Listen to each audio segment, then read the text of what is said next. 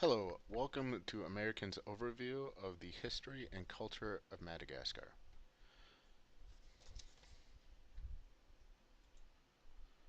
For most of us, Madagascar is no more than just a movie, but in fact it is an island with a rich and diverse history. By the end of this presentation, you will know and understand Madagascar just a little bit better. After spending a couple of days of research on this nation, I believe I can give you an overview of the Republic of Madagascar.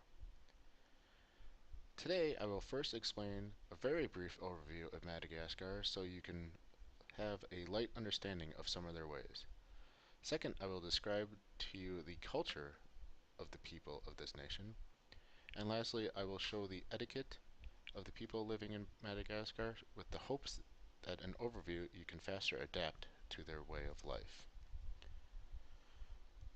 I first wanted to talk about the general information of Madagascar, their history, and many other things. Madagascar is one of the last major landmasses to be inhabited. When the first people started to discover the area around them, they found large animals, for instance, the elephant bird.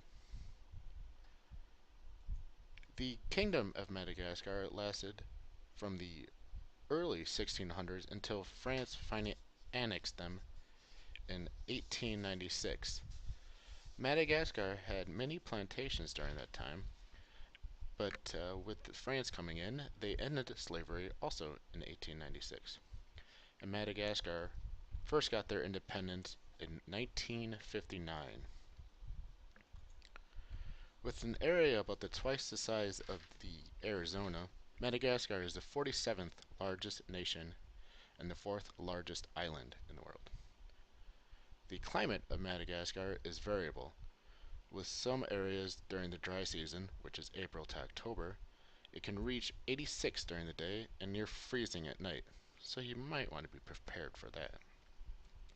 Between January and April on the east coast, there are a lot of cyclones, so we should try to avoid that as best as possible.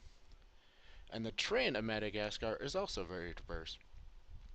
Plains are near the coast, and as you get more towards the center, there are high plateaus and mountains. Now that we have got some of the background covered, let's talk about the overall culture that you might come across while in Madagascar. Some of the people of Madagascar call themselves Madagasquis. They have a wide variety of ethnic groups, but only 52% of them have indigenous beliefs. 41% are Christian. Their official languages are French and Malagasy, but many of them, of course, know English. With a population of over 23 million and a life expectancy of only 65 years, the median age of a Malagasy is 19. The sports that they enjoy is near the coastal regions, they like to watch a type of hand-to-hand combat there. And in the northern regions, they enjoy cattle wrestling, and in the highlands, they enjoy board games, very widespread. However, many Western sports are also becoming more popular, and their first Olympic game appearance was in 1964. Things you might want to watch out for. Pointing is obviously rude. The Malagasy have a great belief in the power of the dead, so much so that the tombs are built are made to last.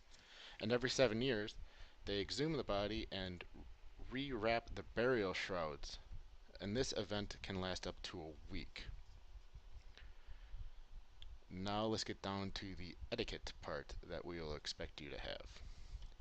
When you first meet people, handshakes are very common there, especially in the north. The handshake consists of people using their right hand, and the left hand holds the right elbow. The dress that is expected there is very similar to the US. Men will wear pants or slacks and a collared shirt, and women will just wear something conservative yet stylish. Jeans and t-shirts are much too casual for business settings here. When in Madagascar, it does not matter if people are just meeting for their first time or talking with a friend. There is little to no personal space. When talking to the same gender, there is also a lot of touching, less touching if it is a different gender. Even if people are talking in family, it does not matter of gender. Their touching is very common. However, if somebody is sick, then they give them a lot of space.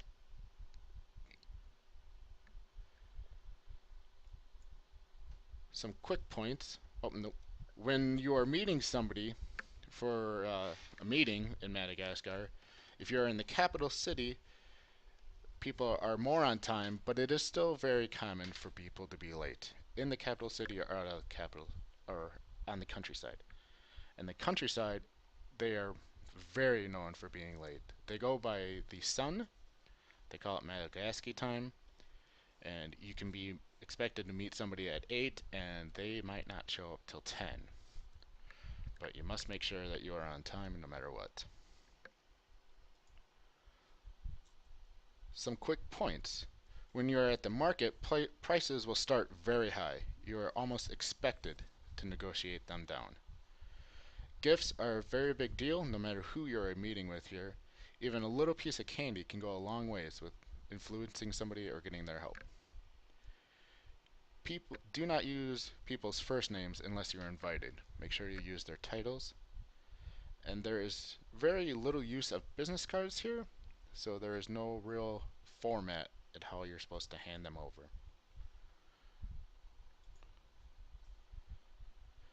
I trust that an overview of the history and culture of the etiquette of Madagascar will give you a nice starting point on the people of this island nation.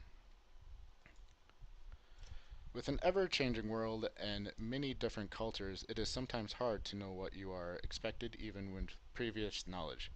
Use this presentation as a guideline and think on your feet when you are learning new cultures. And remember, with humility and respect, ask others for help. The people will want to help you as long as they think you actually want to learn their ways. Thank you.